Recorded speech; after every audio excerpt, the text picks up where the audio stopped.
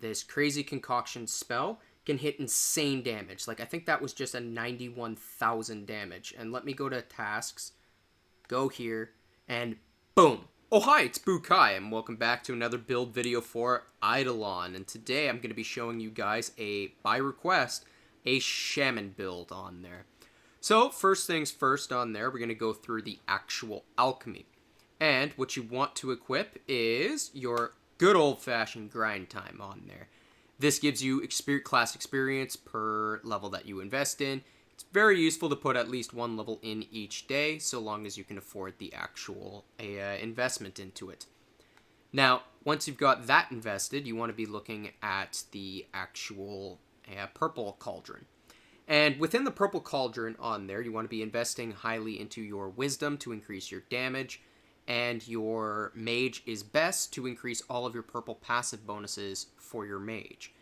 On top of that, what you want to be investing in is this guy here, the name I guess, which increases your base damage by X amount. I have it at a fairly low level. I need to start going back and building it up. But if you increase your base damage per how much max mana that you have, a very powerful skill, considering on this Shaman build, you'll see that this plus 22 will actually go higher on there if I open up the actual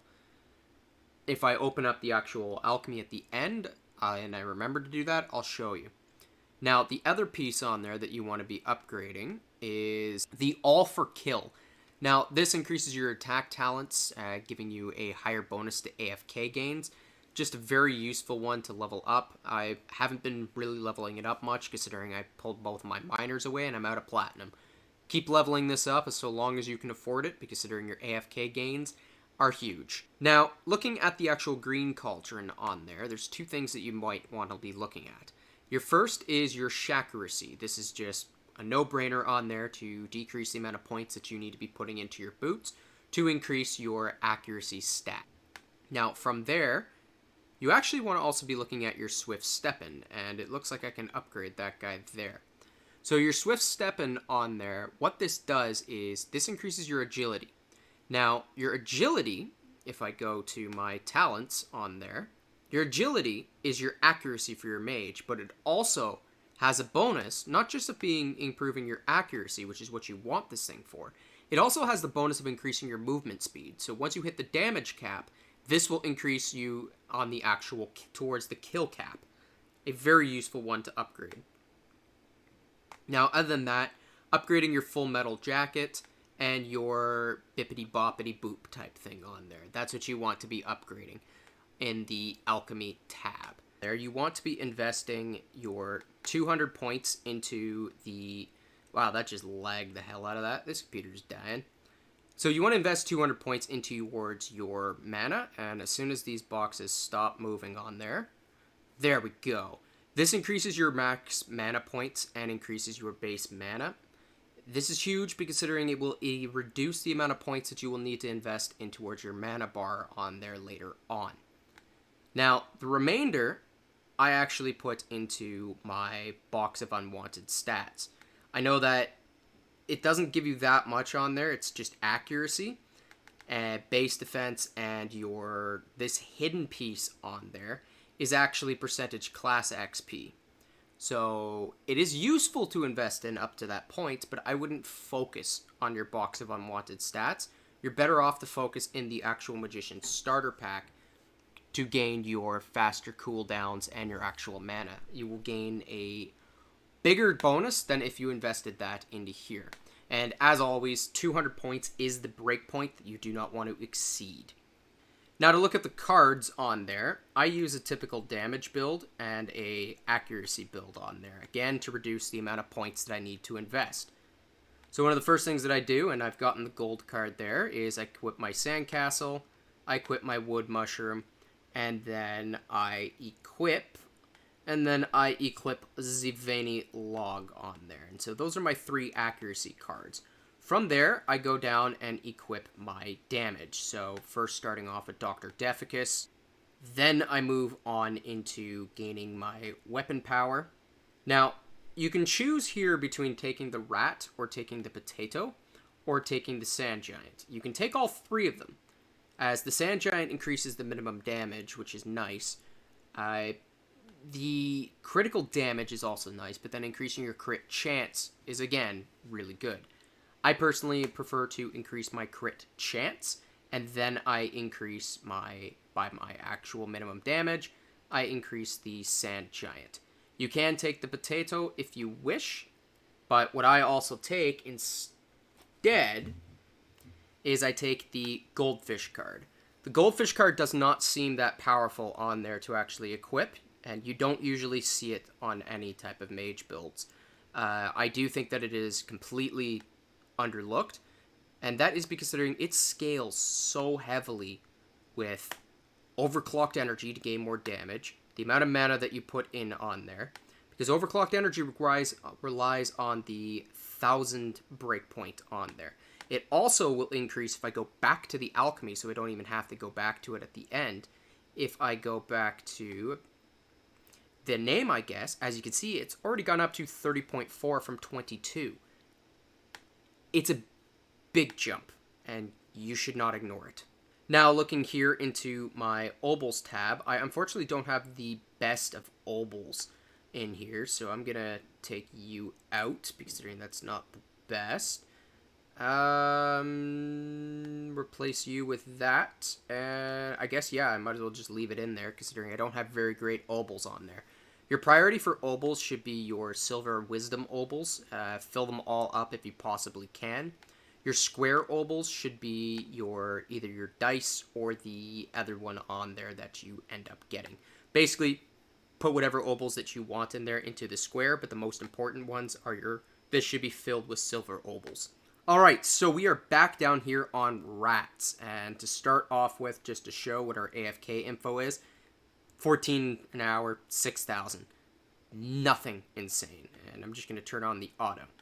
Now to go into talents, one of the first things that you want to do, usually I start over here into my Shaman or my actual, into the Shaman side. However, this time I'm not. I'm going to be upgrading, and you want to be careful on this, so only put up by 5 points at a time. Bring this guy up to around level 20, and then do the same for this guy here. Keep an eye on your mana bar at the bottom, considering you want to stop when you're hitting the actual 1,000 mana. So, let's go up by another 15. So we go up by 15 on that one, and then we go up by 15 on this one. And we're almost at 600, so we're going to do it again. Until, bam, right there at 1,000 mana points. And if I go here, it didn't really increase me by much. It's only about 100 on there. Now, you don't want to be neglecting your accuracy, so keep an eye on what your accuracy stat is before you go ahead and do this here. Because you might have to actually take some of the points and invest it over into here from your Shaman tab. So just keep an eye on that. What I'm going to be doing is investing into my accuracy to reach a point of 1.3k-ish, because then I can almost 100% hit Doot, or King Doot, and I can 100% hit King of Font. So I believe that's going to be around 20 points. There we go, 1.52. That, I believe, is high enough to hit the King Doot. So going back over here towards my talents on there, we want to start off in the Shaman. Now, for the Shaman, one of the first things that you want to look at is right here, your viral vials. Now, this will scale based off of the damage that you have, based off of the amount that you have at green plus vials. So if I open up my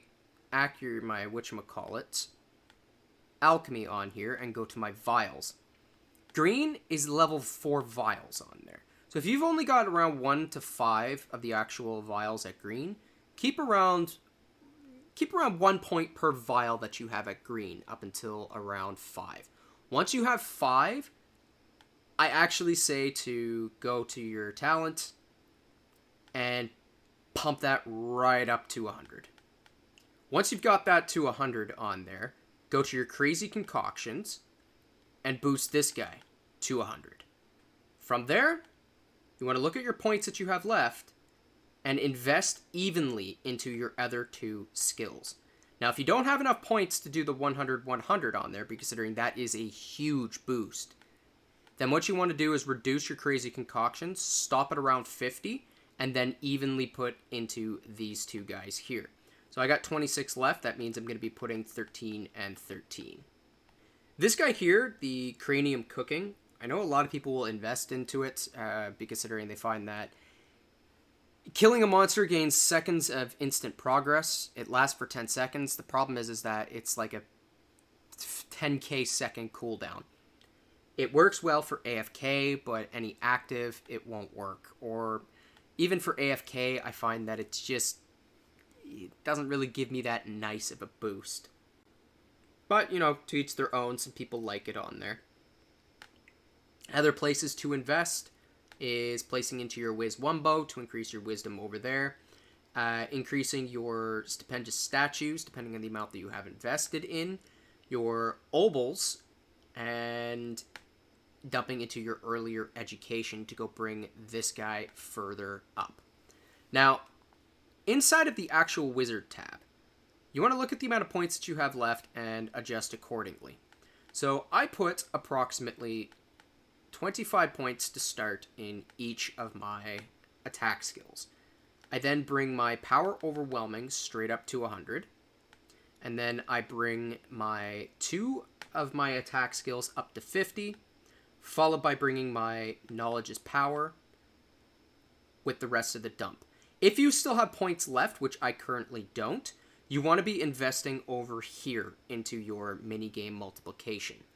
You want to put... Basically, you put as much as you want into it, considering you get 25 points per each of your minigame high scores. However, I find that there's massive diminishing returns, so leave it at around level 10, level 15 to around level 25, and I find that that is where you start seeing the biggest chunk of damage increase from it. I don't invest into it, considering I like a show here, I invest into knowledge is power. From there, I invest into my actual tree here, and this is where you want to invest heavily into overclocked energy. Dump it straight to 100. Overclocked energy is significantly better than Gilded Sword. Gilded Sword, I might actually die down here doing this because I don't have the health. Give me a second. There, I can't believe I went down here without food on there. That was a mistake. Don't do as I do. Don't come down to a spot without food when you're doing a build video. Overclocked energy increases your damage significantly more than the actual Gilded Sword for the same amount of points invested. So as you can see, Gilded Sword's going to bring that up to around 100%. Well, this, 252. It's double. Put in the Gilded Sword first. After that, I increase my idle casting up to my breakpoint of 12% for my level 75. And then I take my Gilded Sword and bring that to 75. And then I put the rest into my sharpened axe. Now, if you still have points, bring this to 100. Bring this to 50. And then if you still have points left over, invest into your wisdom on there. And that is how you build a shaman. And if we go here to our AFK info, or even our damage, we're getting 18,000 to 41,000. Oh, but I haven't even equipped any of my skills yet. And without any skills equipped, we're at 168,000 experience here. Now, let's equip all my attack skills. So, with all my attack skills equipped on there, and I go down to AFK info on these rats, I'm getting 377,000 experience per hour. A huge jump on there. I'm also going to, let me see, map, world 2. Oh, I haven't actually unlocked Sand Giants, so I'm going to do a cut, and I'll see you in a bit. Alright, so I'm back here now, and I'm going to hit the auto. We are at Sand Giants to show the other place that you will be wanting to grind for a while on. And this build here on my guy is getting 504,000 experience per hour. A pretty decent chunk on there, especially for a low accuracy investment, or low alchemy investment. And just to, since I've been reminded of my alchemy, let's go back to this tab. Ooh, wrong one. This guy here, and as you can see, going up to that level of mana gives me a plus 40 base damage. Yeah, I hope that this build's been helpful for everybody, and it helps you build a nice shaman. The beauty behind this Shaman here is that it is a boss killer Shaman. I don't unfortunately have a font leveled up or unlocked yet, otherwise I would show you, but I can easily open up one in the future when I do, where this Shaman will just shred him.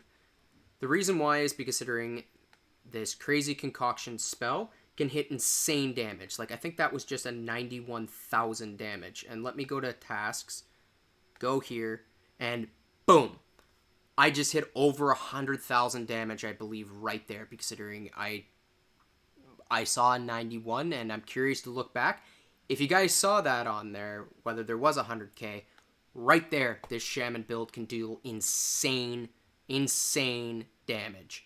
And it's all about waiting for this red pot when you're playing actively to throw it down and blow up a bunch of mobs. So right there, yeah, 100,000. I think that was even 139.